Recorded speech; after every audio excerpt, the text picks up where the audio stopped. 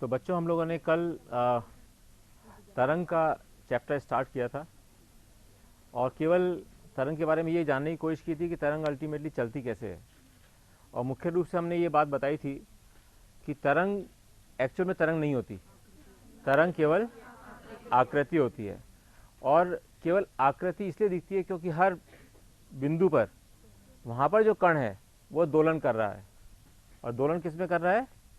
Simple harmonic motion में, सरल आवर्त गति में। सरल आवर्त गति में वो मोशन कर रहा है अपनी जगह पर, और उस मोशन के कारण जो आकृति दिख रही है उसको तरंग कहते हैं, उसको लहर कहते हैं।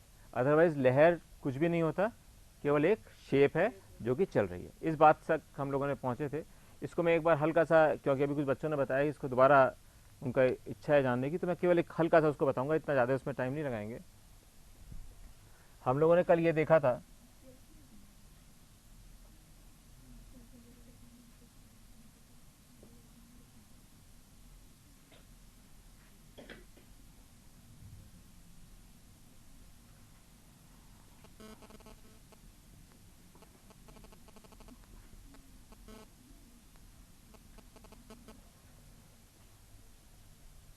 हमने दो समय काल ले रहे हैं, एक 0 पर और एक T/4 पर।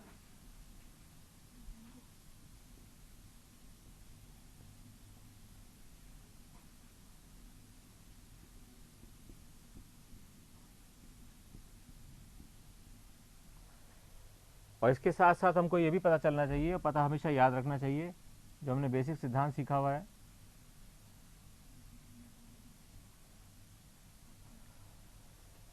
कि यहाँ पर हम जो वर्टिकल एक्सिस है उस पर प्रेक्षण ले रहे हैं, जो कि बिंदु इस सर्किल पर चल रहा है। जब सबसे पहले बिंदु इस बिंदु यहाँ पर था,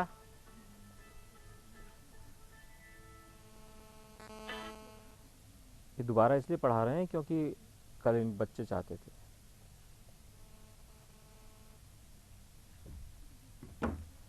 ये बिंदु अगर यहाँ पर है तो इसका इस एक्सिस पे, यानी कि वाई वाई एक्सिस पे इसका प्रेक्षण निकालना है अपने को अगर, तो हम क्या करेंगे? यहाँ से लंब डालेंगे। तो पहला प्रेक्षण हमने किया 0 पर। जब ये बिंदु यहाँ पहुँचा तो इसका प्रेक्षण होगा यहाँ पर। यानी कि जैसे जैसे बिंदु इस दिशा में जा रहा है वृत्त पर, तो जो सिंपल हार्मोनिक मोशन कर रहा है वो बिंदु क्या हो रहा है? पहले यहाँ से ऊपर जा रहा है, फिर ये यहाँ पर पहुँचा, और जब अंत में यहाँ पहुँचा तो यहाँ। इसका मतलब क्या हुआ? ये बिंदु यहाँ तक पहुँच गया, दोलन करते करते ऊपर पहुँचा। अब इस बिंदु के बाद जब इसने आगे अपना चलना शुरू किया, तो मान लीजिए इस जगह पहुँचा, तो इसका हम वर्टिकल पर कैसे करेंगे प्रेक्षण? सीधा लंब डाल दिया। इसका मतलब ये बिंदु अब नीचे आना शुरू हो गया इसके ऊपर। जब ये यहाँ पहुँच जाएगा तो इसका प्रेक्षण बिंदु यहाँ पर होगा। ठीक है। इस प्रकार जब ये यहाँ पे पहुँचेगा तो इसका यहाँ पर हुआ प्रेक्षण, यानी कि बिंदु यहाँ पर आ गया। इसी प्रकार ये बिंदु जब यहाँ से आगे चलेगा तो ये ऊपर बढ़ेगा और ऊपर चलकर यहाँ पर आ जाएगा। तो ये एक पूरा दोलन हो गया। दोलन क्या हुआ? यहाँ से यहाँ पर गया कण, इस जगह से वापस कण यहाँ पर आया, यहाँ से फिर नीचे गया और इसको फिर वापस आ गया। तो हम किस चीज़ से इसका हमने समानांतर ढूंढा था? कैसे इसका समानांतर करते हैं? हमने कहा था कि अगर हम किसी भी लोलक को ले लें, पेंडुलम को ले लें, तो हमेशा पेंडुलम को मन में सोच लेना चाहिए, तो उससे सरल हो जाता है। यहाँ क्या हुआ? अगर हमने यहाँ पे से पेंडुलम को छोड़ा तो पहले पेंडुलम यहाँ जाएगा, फिर इधर जाएगा,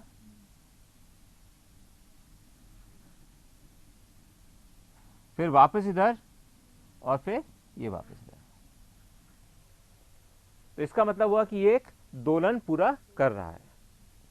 यहां हम लोगों ने जब ये शुरू किया था करना, इसको आज एक सरल रूप में देखते हैं।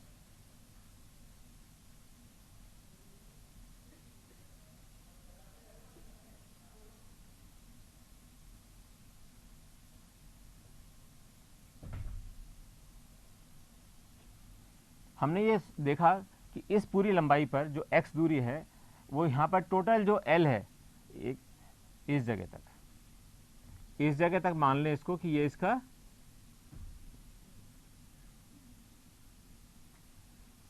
ठीक है। तो इसका मतलब क्या हुआ कि कैसे तरंग बनेगी,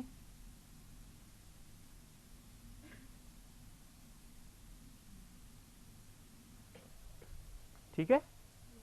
ये कितनी दूर, ये कितना टाइम हुआ, यहाँ पर कितना टाइम निकला होगा, कोई बच्चा बताएगा? T/4। ये T/4 हो गया, ये T/2 हो गया, और यहाँ पे T है।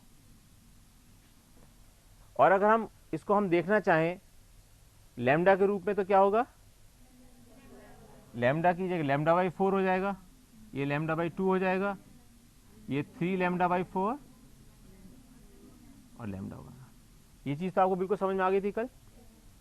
अब हमने देखा कि अगर इस t = 0 यानी कि जिस समय तरंग की जो आकृति बननी शुरू हुई है उसके 1/4 काल के बाद इसको देखें, अगर हम इसके 1/4 काल के बाद इसको देखें तो क्या होगा, अगर हम ये कोशिश करें कि अब 1/4 काल के बाद क्या हुआ, तो 1/4 काल के बाद हमने कहा था कि ये वाला जो बिंदु है ये यहाँ पर सरक जाएगा। तो अगर ये यहाँ सरक जाता है तो क्या होगा यहाँ पर, तो कैसे आकृति बनेगी,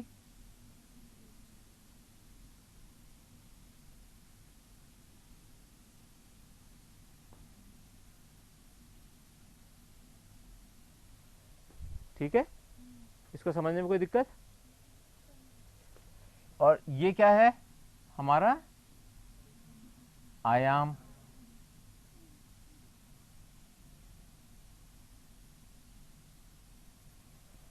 हम लोगों ने एक सिद्धांत सीखा था कि अगर हम इस तरंग की गति की बात करें तो हमने देखा कि ये जो बिंदु है ये पहले यहां था, अब ये यहां चला गया,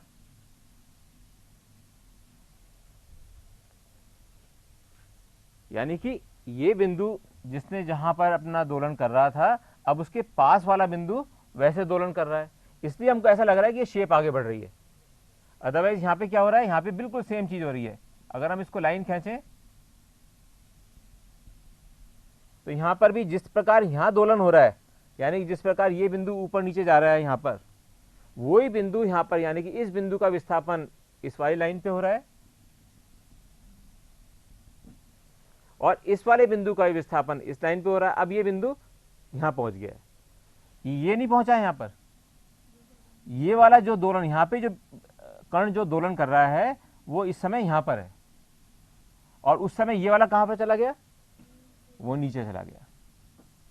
यानी कि अलग अलग देखो, अलग ये देखो, पहले देखो कि ये वाला बिंदु अपने इस अक्ष पर ऊपर नीचे दोलन कर रहा है, ठीक है। और अगर इस प्रकार दोलन करते हैं तो उसकी क्या इक्वेशन होती थी, अपन ने क्या कहा था, x = a cos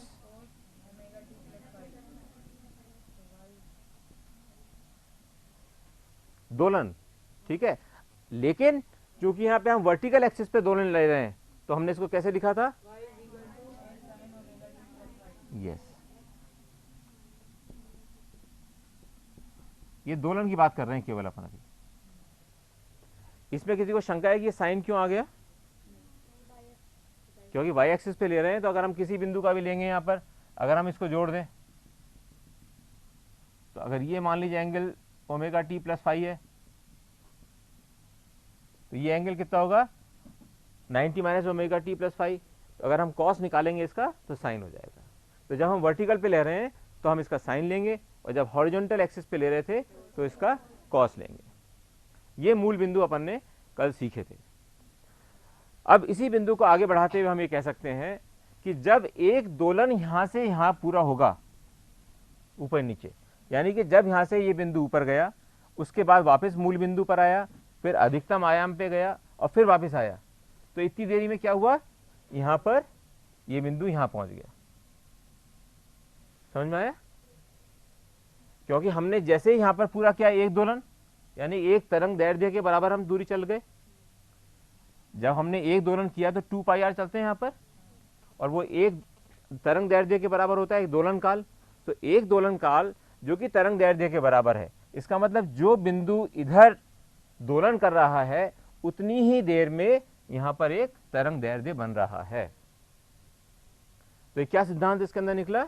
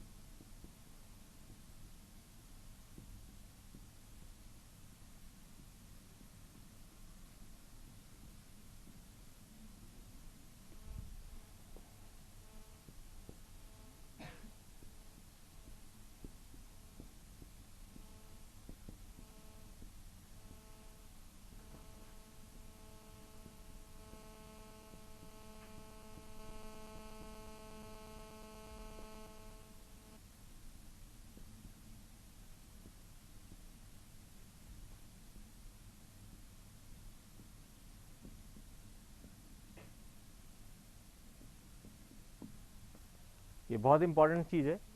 इसमें हम क्या कह रहे हैं कि जो बिंदु, यानी कि अगर हम इस पहले वाले बिंदु को ले लें तो इस बिंदु ने जो अपना इस अक्ष पर दोलन किया है, पूरा एक दोलन किया है, उतने ही दूरी में, उतने ही समय में और उतने ही टाइम में इसने अपना एक पूरा तरंग दैर्ध्य की बराबर दूरी प्राप्त कर ली है। समझ गए आप? ये दोनों का संबंध, ये दोनों चीज अलग अलग हैं। ये तो केवल यहाँ पे दोलन कर रहा है और इस दोलन के कारण जो अपने अपने स्थान पर कण दोलन कर रहे हैं उनकी शेप ऐसी लग रही है जैसे कि एक तरंग चल रही हो। ठीक है, इसका मतलब दूसरा सिद्धांत क्या हुआ? कल अपन ने ये निकाला था कि तरंग की गति कितनी आई थी?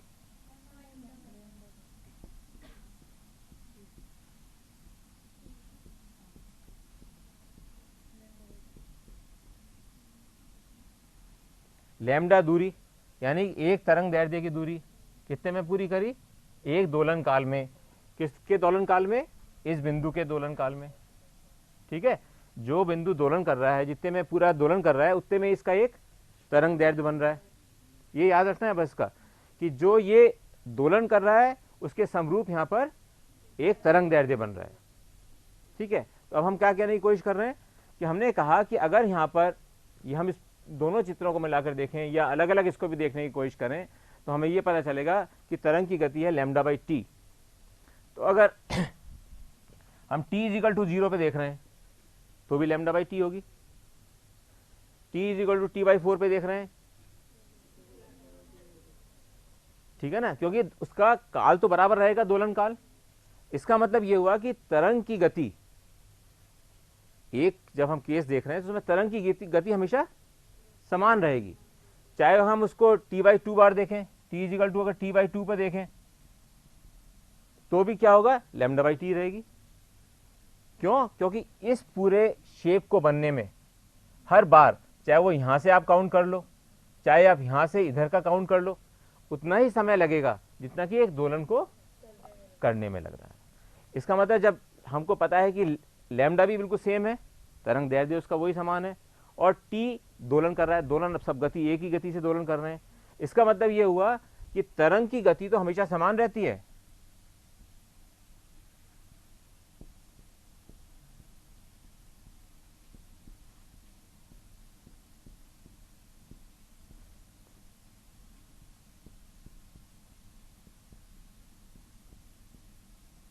कहीं समझ में नहीं आया बता देना मुझे आप।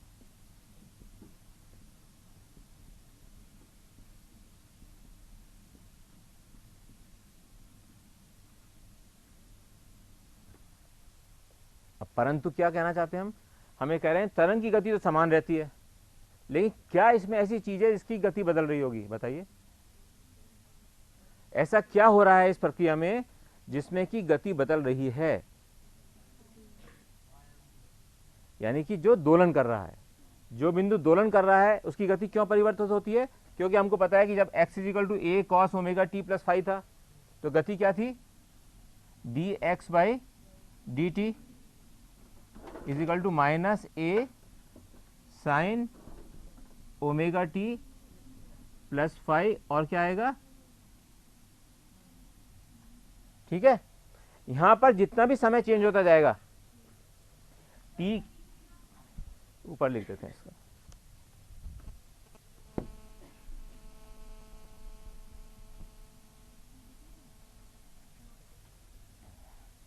हमने कहा था कि दोलन में कैसे हम रिप्रेजेंट कर सकते हैं, केवल एक्स एक्सिस का मान के देख लो, फिर आपको समझ में आ जाएगा। X is equal to a cos omega t plus five, ये लिया था हम लोगों ने। और गति क्या होती है, गति क्या, डी एक्स बाई, तो हमने इसका अगर टी, तो हमने इस पर क्या किया, ए ओमेगा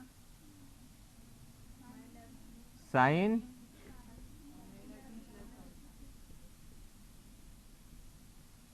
ये इसकी गति है।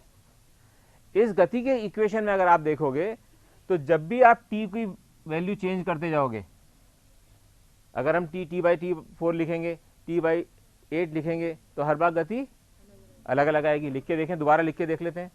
अगर हम लिखते हैं t को t बाई 4, टी को t बाई 4 लिखेंगे तो क्या होगा, माइनस ए ओमेगा साइन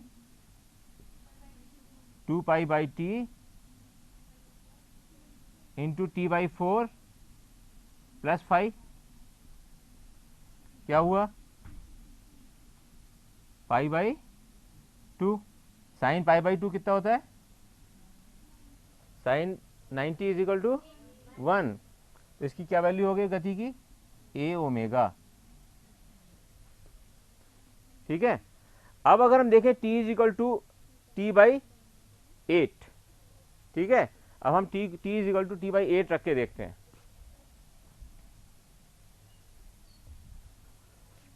अगर हम dx बाई डी टी में t is equal to T by या 3t बाई 4, जो भी आपको अच्छा लगे, या t बाई 2 रख लो, ठीक है, सरल आपको रहेगा। अब हम t is equal to T by 2 पे देख रहे हैं, t बाई 2 रखने पे क्या होगा, minus A omega sign 2 pi by T omega, अब t क्या रखा है, t बाई 2 प्लस 5, ये t से t कटा,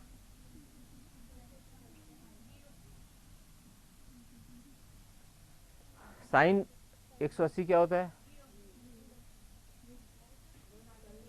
कैसे निकालेंगे, कैसे पता चला कि 0 होगा या क्या होगा, क्या सिद्धांत सिखाया था आपको मैंने, 90 प्लस कर लेना चाहिए हमेशा, यस। इसको अगर हम 90 प्लस करके देखें तो जरा देखो क्या होगा, इसमें लिखेंगे sine pi by 2 plus pi by 2, sine pi by 2 plus pi by 2, तो ये क्या हो जाएगा, साइन 90 प्लस, याद है आपको ये diagram, A S T C, तो हम क्या कर रहे हैं, 90 plus theta, 90 plus theta, sine plus होगा यहाँ पर, तो हम क्या लिख सकते हैं इसको, कॉस पाई बाई 2, ठीक है, और कॉस पाई बाई 2 क्या होगा, 0, इसलिए इसकी वैल्यू कितनी आएगी यहां पर,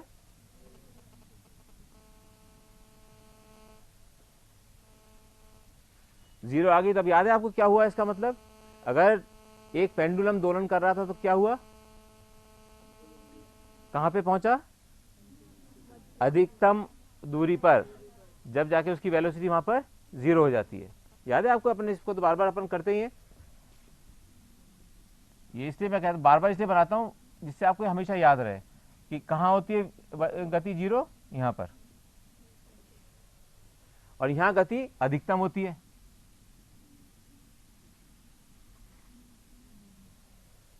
इसका मतलब गति इन दोनों बिंदुओं के बीच में 0 से अधिकतम वैल्यू के बीच में चल रही है।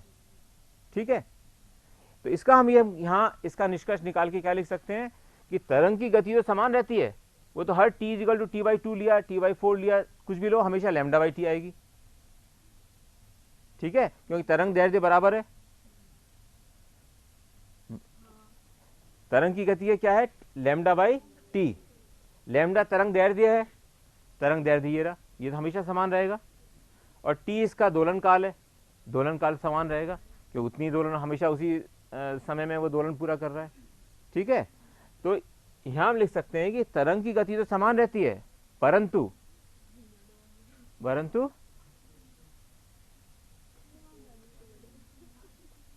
बोलो, परंतु जो बिंदु दोलन कर रहा है उसकी गति फर्क है हर समय पर। नहीं समझ में आया तो पूछ लेना मुझसे अच्छे से। नहीं आया समझ में?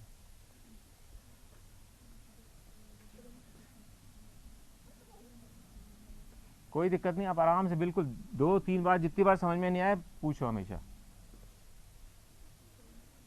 अब इसको मिटा दूं मैं एक बार।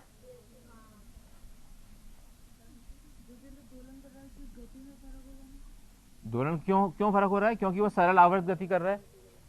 जब बिंदु क्यों कर रहा है उसकी क्यों निकलेगी, क्यों फर्क परिवर्तन हो रहा है। अब ध्यान से देखो, अपन अब देख रहे हैं दोलन करने वाला कण।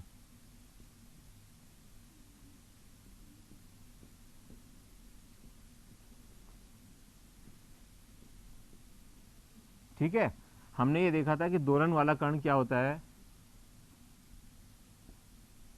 इस वाली अक्ष पर यानी y अक्ष पर ऊपर चल रहा है या x एक्सिस पे हॉरिजॉन्टल चल रहा है, जबकि कण चल रहा है सर्किल पे और जो उसका प्रेक्षण हो रहा है वो सरल आवर्त गति कर रहा है।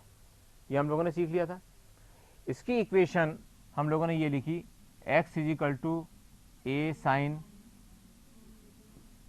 Omega t plus 5। अब हम ये देखना चाहते हैं कि जैसे जैसे समय बदल रहा है क्या इसकी गति परिवर्तित होगी। तो हम पहले इसकी गति निकालें। कुछ वर्टिकल पे लिया ना बेटा, अभी अपन वर्टिकल लेके दिखा रहे, वाई एक्स लेना चाहिए। ठीक है, तो ये वर्टिकल एक्सिस पे ले रहे हैं तो वाई ले लिया, तो हम इसकी गति क्या होगी,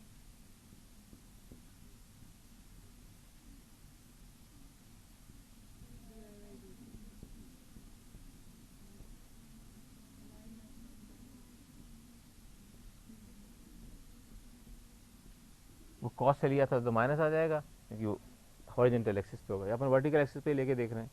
तो क्या हुआ, A omega cos omega t plus 5। अब हमको ये देखना है कि क्या अगर टी यानी कि समय परिवर्तित होता रहे तो क्या बिंदु की गति परिवर्तन हो रही है। तो हम ये लिख के देखते हैं पहले कि t इज इक्वल टू 0 पे क्या होगा। अगर हम t इज इक्वल टू 0 रखते हैं तो क्या होगी गति, तो dy/dt क्या हो जाएगा, क्या होगा, a omega 2π/t t is equal to 0 plus 5।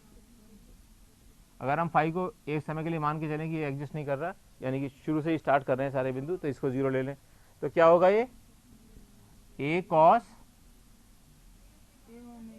हाँ ठीक है, a ओमेगा cos 0। इसका मतलब क्या हुआ, ये गति की वैल्यू आई। अब थोड़ा समय और निकल गया, यानी कि वो समय मान लीजिए t is equal to t/4 है,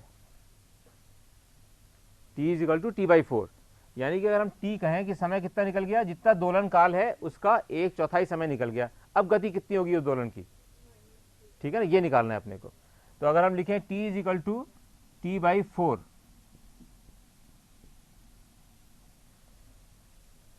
तो dy/dt क्या होगा, देखो,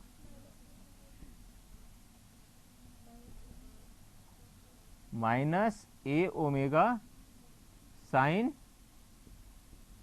ओमेगा टी प्लस फाइव, तो ओमेगा टी को अपन ने 0 मान लिया और फाइव को, ठीक है, कोई दिक्कत? क्यों? यस, मैंने उसको डायरेक्ट वैल्यू रख के लिख दिया क्योंकि मैंने डायरेक्ट वैल्यू लिख के रखा है। एक स्टेप मैं सोच रहा था कम कर लूं, लेकिन ठीक है।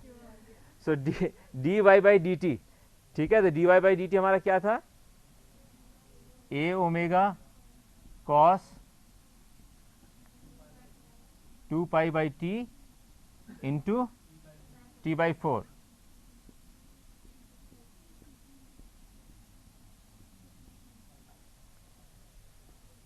तो क्या हुआ?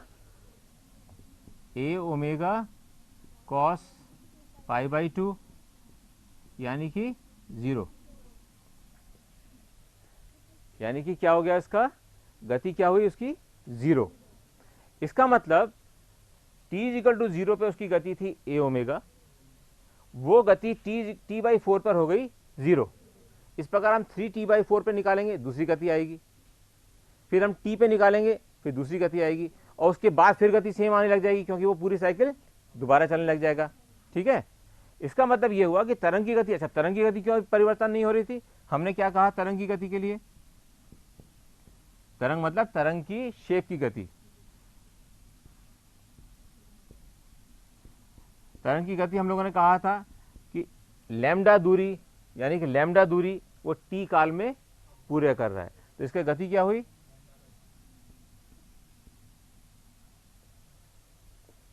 तो लैम्डा भी कांस्टेंट है और टी भी कांस्टेंट है, एक वेव के लिए दोनों चीज कांस्टेंट है।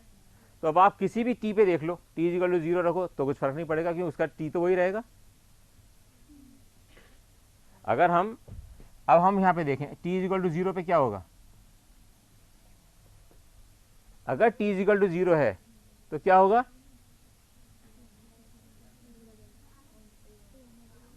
तो उस तरंग की क्या शेप चेंज हो जाएगी? नहीं, तरंग तो वही रहेगी वैसी की वैसी। उस पर हम टी अलग अलग पे देखेंगे तो तरंग की शेप तो वही रहेगी, चाहे आप फर्स्ट लाइन में देखा था कल बना के, सेकंड में देखा था, थर्ड में आपने देखा होगा, वो सब की सब बिल्कुल समान है, वो तो सब समान रहेगी, वो तो कहीं परिवर्तन नहीं है। अर्थात तरंग दैर्ध्य समान रहा और जो उसका तरंग का काल था, दोलन काल, वो भी समान रहा, चाहे आप कोई से भी समय पे देख लो।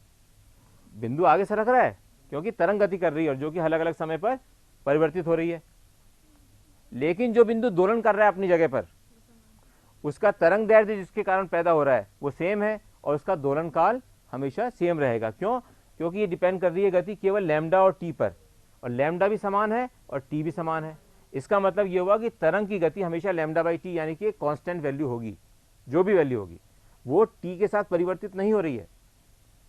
वो टी के साथ कब परिवर्तित होती है? जबकि यहां पर मान लो हम कहते हैं कि ये स्मॉल टी है, मान लो एग्जाम्पल के रूप में, तब आती दिक्कत। तब हम कहते हैं कि टी इक्वल टू 0 है तो स्पीड इन्फिनिटी हो ही नहीं सकती थी। फिर हम कहते हैं T equal to T by 2 है तो 2 लैम्डा बाई टी होता, लेकिन ऐसा कुछ नहीं है। यहां पर यहां हमको पता है कि जो दोलन काल है वो समान है और उसका तरंग दैर्ध्य समान है, इसलिए जो तरंग की शेप की जो गति है वो समान रहती है और जो दोलन कर रहा बिंदु है उसकी गति बदलती रहती है। तो यहां पे ये लिखना है हमको, तरंग की गति तो समान रहती है परंतु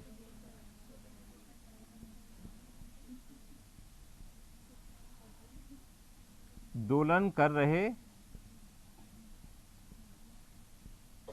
कण की गति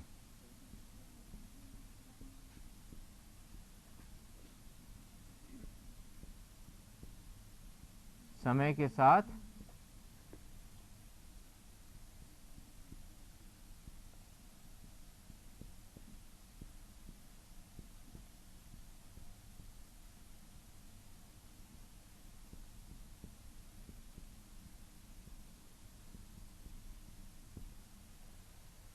ये तरंग के दो महत्वपूर्ण गुण माने जाते हैं। इनको क्या कहते हैं हम? तरंग के महत्वपूर्ण गुण। कोई भी तरंग को अगर हम बताना चाहते हैं तो हमें ये दो चीज जरूर बतानी पड़ेंगी।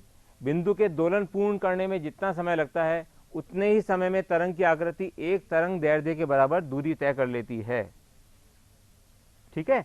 जिससे आपको हमेशा मन में आप समझ में आ गया होगा कि हम दोलन के एक दोलन यहां पूरा हुआ तो उसने अपना एक तरंग दैर्ध्य बना लिया। ठीक है। दूसरा हम कह रहे हैं कि तरंग की गति तो समान रहती है। क्यों समान रहती है? क्योंकि वो लैम्डा बाई टी है, ना तो लैम्डा परिवर्तन हो रहा है और ना ही टी का परिवर्तन हो रहा है, इसलिए लैम्डा बाई टी की वैल्यू हमेशा समान रहेगी। लेकिन उसी समय में जो बिंदु आपका दोलन कर रहा है उसकी गति अलग अलग है। क्यों अलग अलग है? क्योंकि जो उसकी गति का जो फंक्शन है वो है टी पर डिपेंडेंट, टी पर है ना, इस पर आधारित। तो इस टी की वैल्यू फर्क हो रही है बार बार। स्मॉल टी है, स्मॉल टी टी बाई 4 भी हो सकता है, टी बाई 8 भी हो सकता है, 3 टी बाई 4 भी हो सकता है, इसलिए उसकी गति अलग अलग आएगी। इसलिए किसी भी तरंग को हम जब बताना चाहते हैं किसी को, और क्वेश्चन जो एग्जाम में आता है वो हमेशा यही आता है। और एक चीज मुझे बताइए इसके अंदर कि ऐसी कौन सी चीज है जो हमेशा समान रहती है तरंग की आकृति में? आयाम। अब आपको समझ में आया है बात ये कि जब तरंग चल रही है तो उसका जो आयाम है वो इसका जो आयाम होगा, जो कण जो दोलन कर रहा है उसका जो आयाम, जो अधिकतम आयाम है, वही उसका जो तरंग चल रही है, तरंग की शेप, उसके आयाम के बराबर होगा। आयाम दोनों में समान होगा। और वेव का आकृति चाहे कितनी दूर चल ले, उसका अधिकतम आयाम हमेशा वही रहेगा। आयाम कभी चेंज नहीं होता है।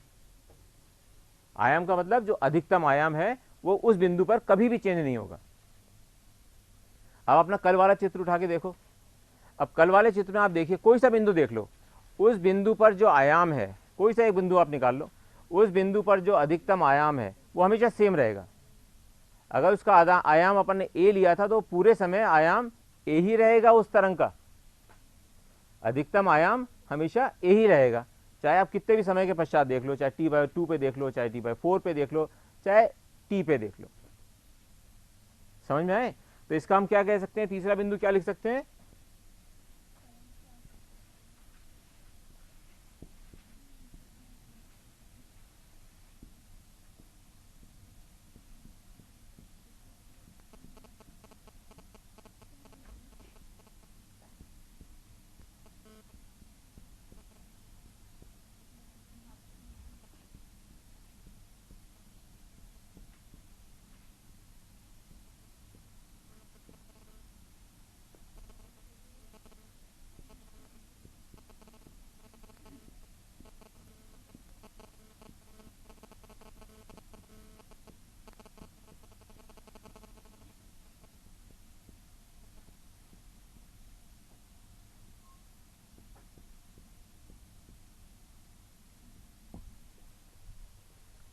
तो हमने 3 चीजें सीखी हैं आज। क्या क्या सीखा?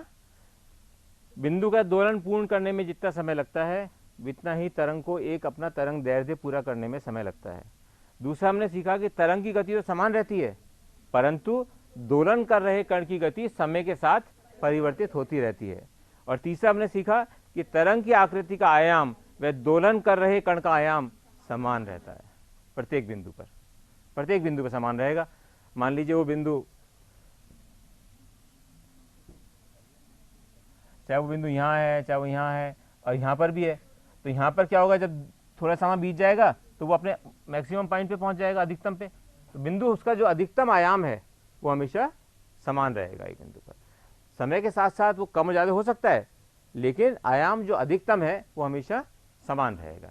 तो ये 3 गुण हैं जो कि तरंग के लिए हमें जानने बहुत आवश्यक हैं। ठीक है। अब हम लोगों ने कल जो तरंग की इक्वेशन लिखी थी वो है बच्चों को याद? किसी को?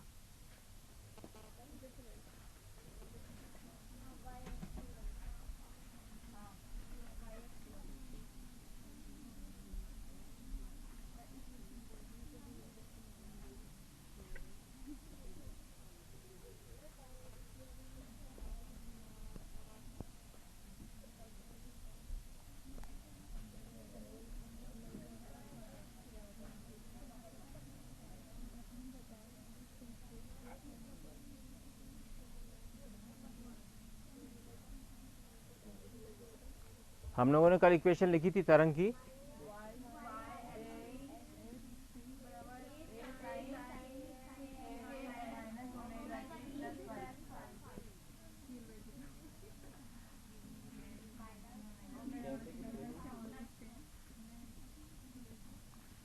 इससे शुरू करा था हम लोगों ने कल, याद है आपको? तो हम लोगों ने यहाँ पे लिखा था इसका वाई एक्स टी का क्या मतलब होता है, टी समय पर, है ना। इसका मतलब हम ये कह रहे हैं कि जब कोई तरंग चल रही है तो एक्स दूरी पर किसी भी एक्स बिंदु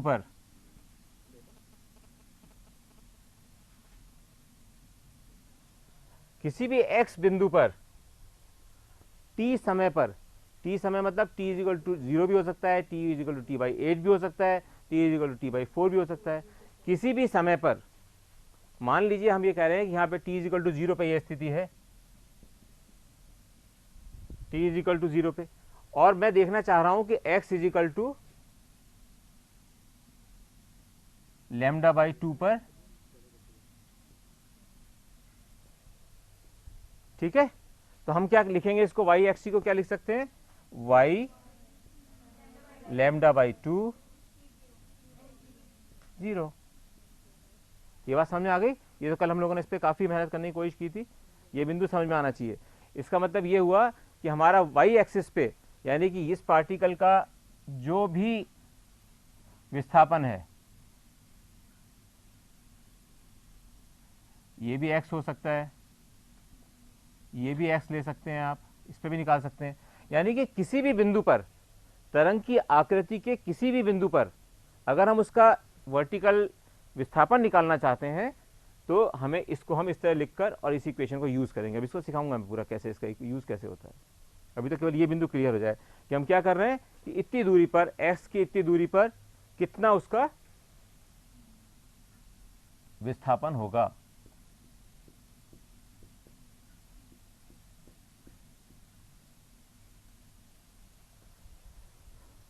ठीक है, इसका अर्थ तो ये हुआ।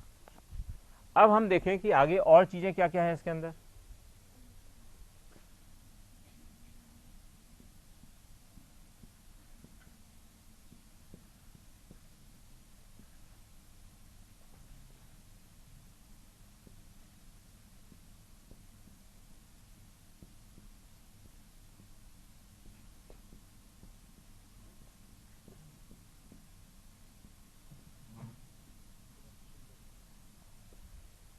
ठीक है, विस्थापन x दूरी पर व t समय पर।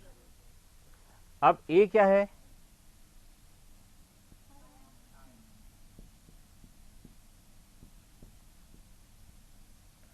आयाम क्या हुआ यहां पर, ये वाला आयाम, ये a है।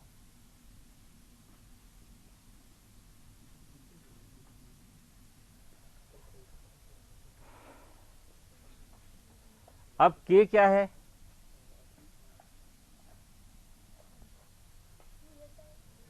किस चीज का, अब स्प्रिंग तो रहा नहीं यहाँ पे।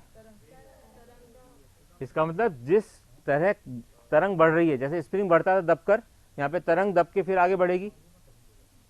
ठीक है, तो इसको हम कहते हैं, इसको क्या होता है अभी मैं निकाल के दिखाऊंगा आपको, लेकिन अभी आप इसको याद रखिए कि ये क्या है, तरंग संचरण। संचरण मीन जो जिस तरह से चल रही है उसका क्या इस तरंग है, हर बिंदु पर उसका गति के निकालते हैं जब उसके अंदर, उसमें काम आएगा। अभी देखो आप, तरंग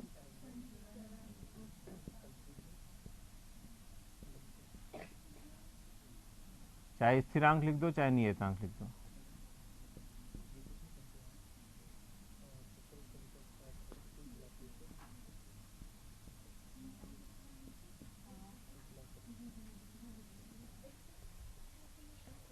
ठीक है। x क्या है, किससे दूरी, अगर हम यहां निकालें तो किस दूरी होती थी, मध्य बिंदु से। ये इंपॉर्टेंट बात है, मध्य बिंदु से।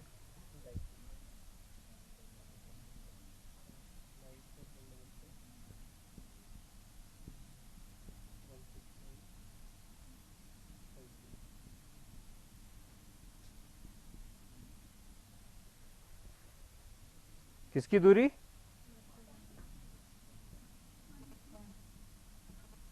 कण की, जो कि क्या कर रहा है,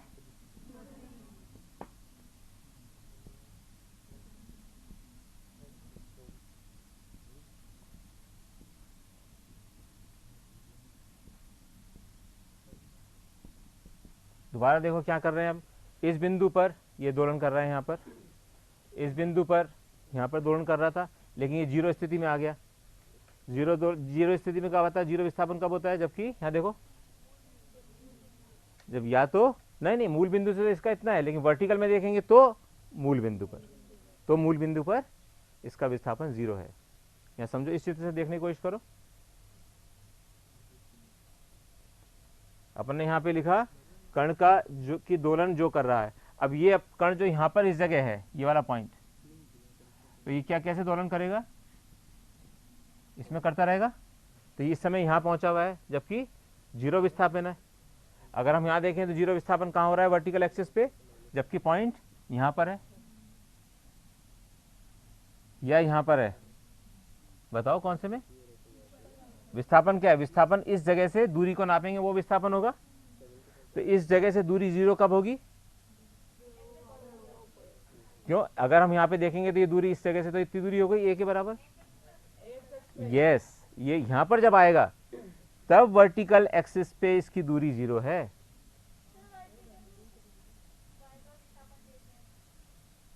हम इस समय क्या कर रहे हैं, वाई एक्सिस पर विस्थापन देख रहे हैं। अगर हम एक्स पे देख रहे तो क्या होता, एक्स पे देखो, चलो एक्स पे अगर हम यहां देखते तो ये अधिकतम यहां पर होता, और फिर चल के जब यहां पहुंच जाता तब इससे विस्थापन की दूरी जीरो हो जाती, यानी कि तब उस समय वहां जीरो होता। इससे मैं दोनों समझ, जिससे आपके मन में कभी कंफ्यूजन नहीं रहे इसका। अब चूंकि यहाँ पे वर्टिकल हम देख रहे हैं और हम कह रहे हैं कि इस बिंदु का विस्थापन यहाँ पे जीरो है, इस वाले बिंदु का, और जब हम ये कह रहे हैं कि इस वाले बिंदु का यहाँ पर नेगेटिव ए है, तो कब वो क्या होगा, अगर हम कह रहे हैं कि ये माइनस ए हो गया ना विस्थापन, तो इसके अंदर माइनस ए विस्थापन कब होगा, जबकि कण यहां पर होगा, ठीक है ना, वाई एक्सिस पे, एक्स एक्सिस के मुकाबले जीरो, लेकिन वाई एक्सिस पे अधिकतम। यानी कि अगर हम जब वाई एक्सिस हमने यूं ले रखी है, तो वाई एक्सिस पे जब अधिकतम होगा तो इसका मतलब जब नीचे कर्व जा रहा है तब ये अधिकतम होगा।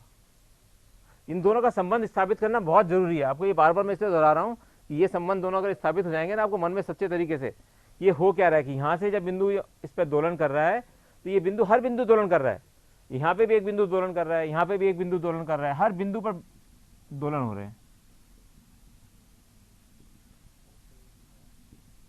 हर कण अपने अपने स्थान पर दोलन कर रहा है, हर कण, और इसलिए हमको ये शेप दिख रही है।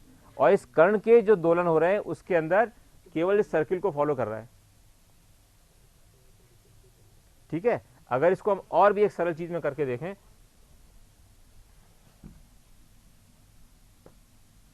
अगर हम इसको ये करने की कोशिश करें जिससे कि आपको और भी सरल हमेशा याद रहे,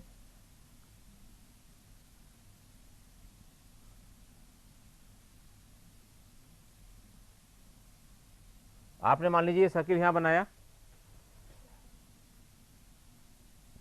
अब देखो क्या होगा, यहां पर मैक्सिमम कब हो रहा है, जबकि ये यहां पर है, ठीक है, इसका अधिकतम यहां पर है। अब ये बिंदु है यहां पर, तो इसका कहां हुआ,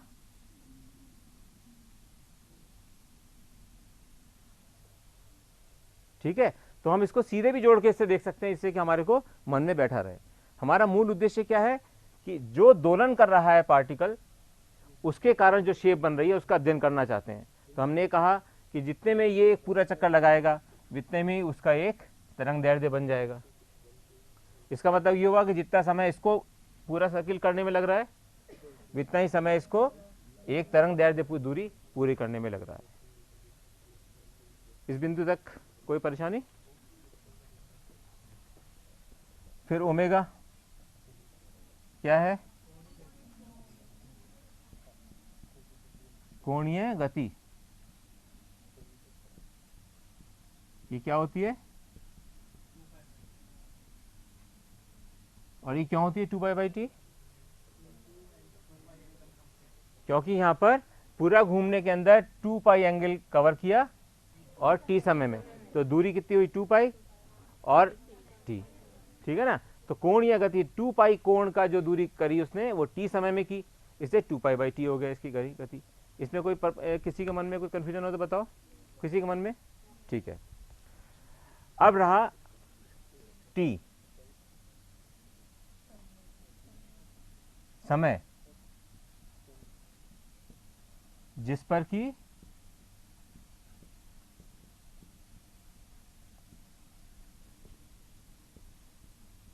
हम विस्थापन का अध्ययन करना चाहते हैं।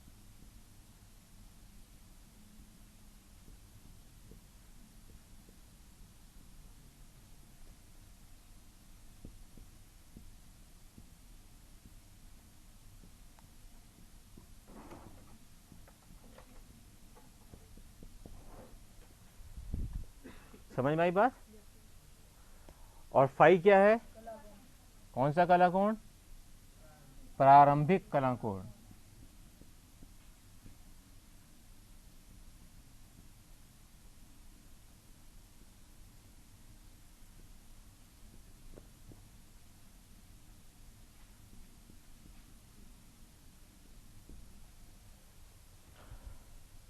ये इस इक्वेशन का असली रूप है। और इस तरंग संचरण का मान जो क्या होता है अभी तो निकाल के दिखाऊंगा मैं आपको, लेकिन याद रखने के लिए, यहां पे याद रखने के लिए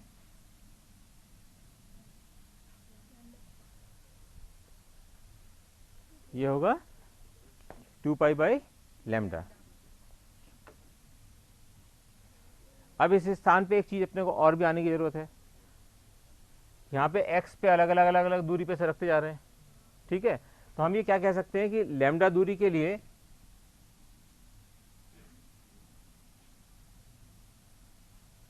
क्या क्या कह सकते हैं? लैम्डा दूरी के लिए तीन चार चीजें कह सकते हैं। लैम्डा दूरी के लिए क्या हो रहा है? फेज में परिवर्तन कितना हो रहा है? कोई बच्चा बताएगा? लैम्डा दूरी में फेज का परिवर्तन कितना हुआ?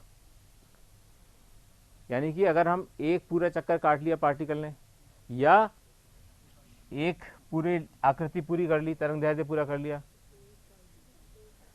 तो क्या होगा इसके अंदर? कितना कितना फेज डिफरेंस होगा? या तो 0 या 2 पाई। लेकिन 2 पाई इसलिए हम कहते हैं, क्यों? क्योंकि जब ये पॉइंट यहां से चल के पूरा करके आ गया तो ये 2 पाई दूरी पार कर चुका। यानी कि कितनी दूरी पार किया उसने? लैम्डा मीटर के लिए फेज डिफरेंस कितना हुआ? 2 पाई। हर 2 पाई के बाद हमारी वही जो शेप है वो दोबारा वापस दिखती रहेगी। क्यों दिखती रहेगी? क्योंकि सरल आवर्त गति कर रहा है बिंदु अपने स्थान पर। और सरल आवर्त गति में हमने क्या कहा था कि जब t is equal to T plus T रख दो तो वैल्यू सेम आनी चाहिए। कहा था ना हम लोगों ने कि अगर हम t की जगह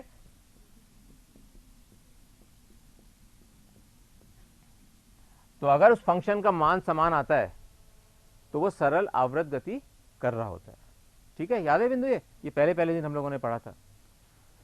तो हमने क्या कहा कि लैम्डा के लिए कितना हुआ बताओ? कितना उसने एंगल कवर किया? 2 पाई। सो लैम्डा तरंग दैर्ध्य के लिए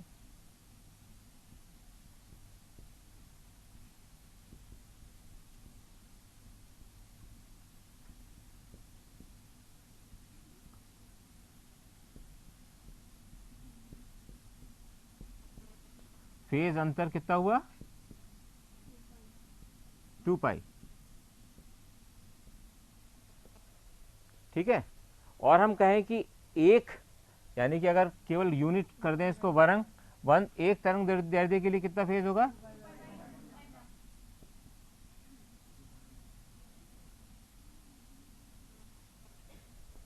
और मान लीजिए केवल dx दूरी के लिए निकालना चाहते हैं हम, इतनी दूरी के लिए, कि इतनी दूरी में फेज अंतर कितना हुआ? क्यों यहां पर तो फेज ये था,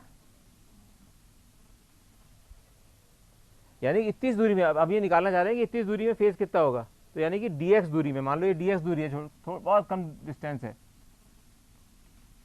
ये मान लीजिए dx दूरी है। अब क्वेश्चन एग्जाम में आ जाता है कि dx अगर दूरी दी हुई है, उन्होंने को कहेंगे कि तरंग का दैर्ध्य, अभी मैं क्वेश्चन करके दिखाता हूं आपको। तो अब अभी तो सीखें, लैम्डा तरंग दैर्ध्य के लिए फेज अंतर 2 पाई, तो एक तरंग दैर्ध्य के लिए 2 पाई बाय लैम्डा। तो dx दूरी के लिए, dx तरंग दैर्ध्य का एक छोटा सा हिस्सा, dx के लिए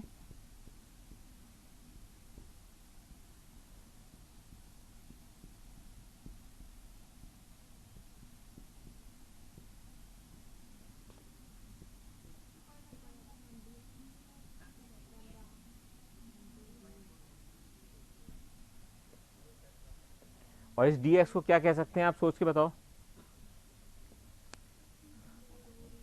डी एक्स क्या है?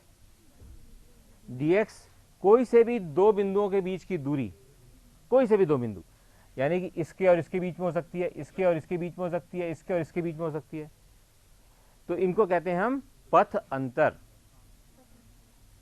ये पथ है जिसके ऊपर चल रहा है, उस पथ के कितनी दूरी पर हम बिंदु को देखना चाह रहे हैं, उनके बीच की दूरी क्या है, वो कहलाता है पथ अंतर।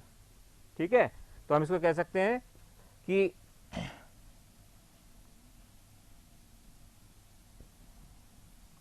फेज अंतर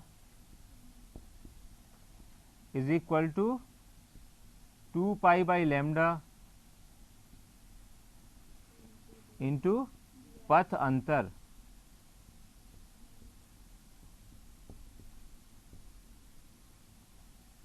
ये 2009 के AIEEE में क्वेश्चन आया था।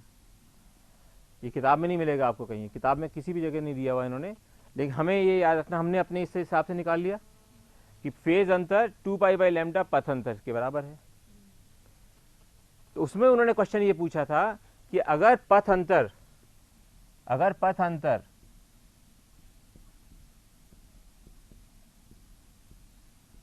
0.4 मीटर है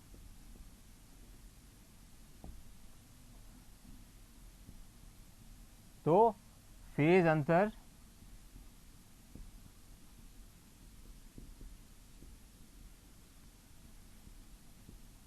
क्या होगा यदि t is equal to 4 second हो।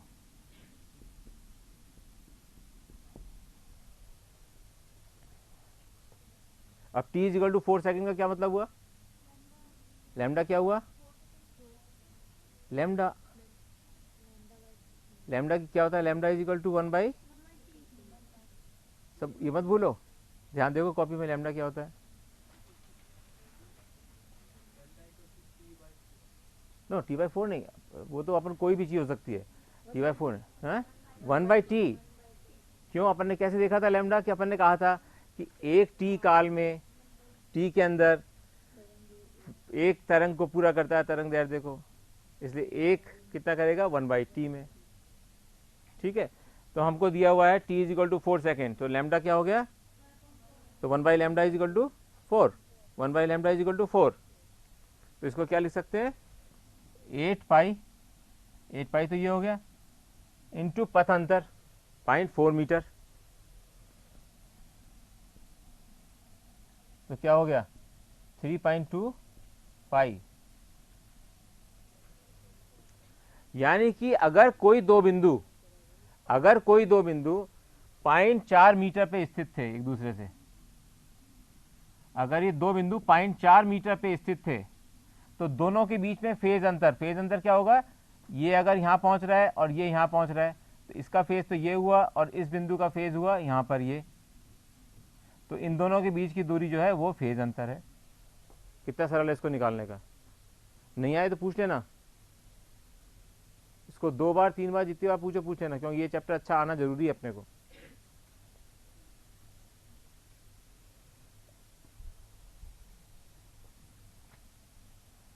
ये बात समझ आएगी? ds का क्या मैं फेज जो डायग्राम में बना के दिखाया था, नहीं दोबारा दिखाते हैं, थोड़ा इसको मिटा के।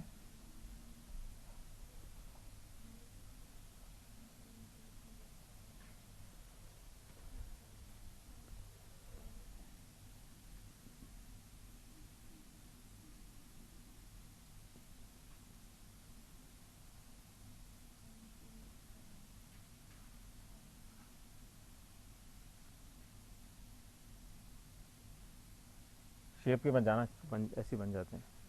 ठीक है, लेकिन इसको अच्छा बनाया जा सकता था।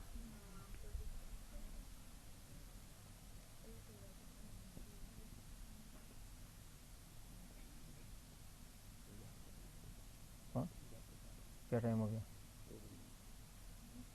2 बज गए। ये बस ये सीख लो, 2 का देखेंगे फिर। अब जब ये यहाँ पर है तब ये बिंदु यहाँ था, जब ये यहाँ है तो ये बिंदु यहाँ था, ठीक है, हम इन दोनों के बीच की दूरी निकाल रहे हैं dx। तो अगर हम देखेंगे इसको यहाँ पर, इसका हमने यहाँ पर प्रेक्षण किया यहाँ पर,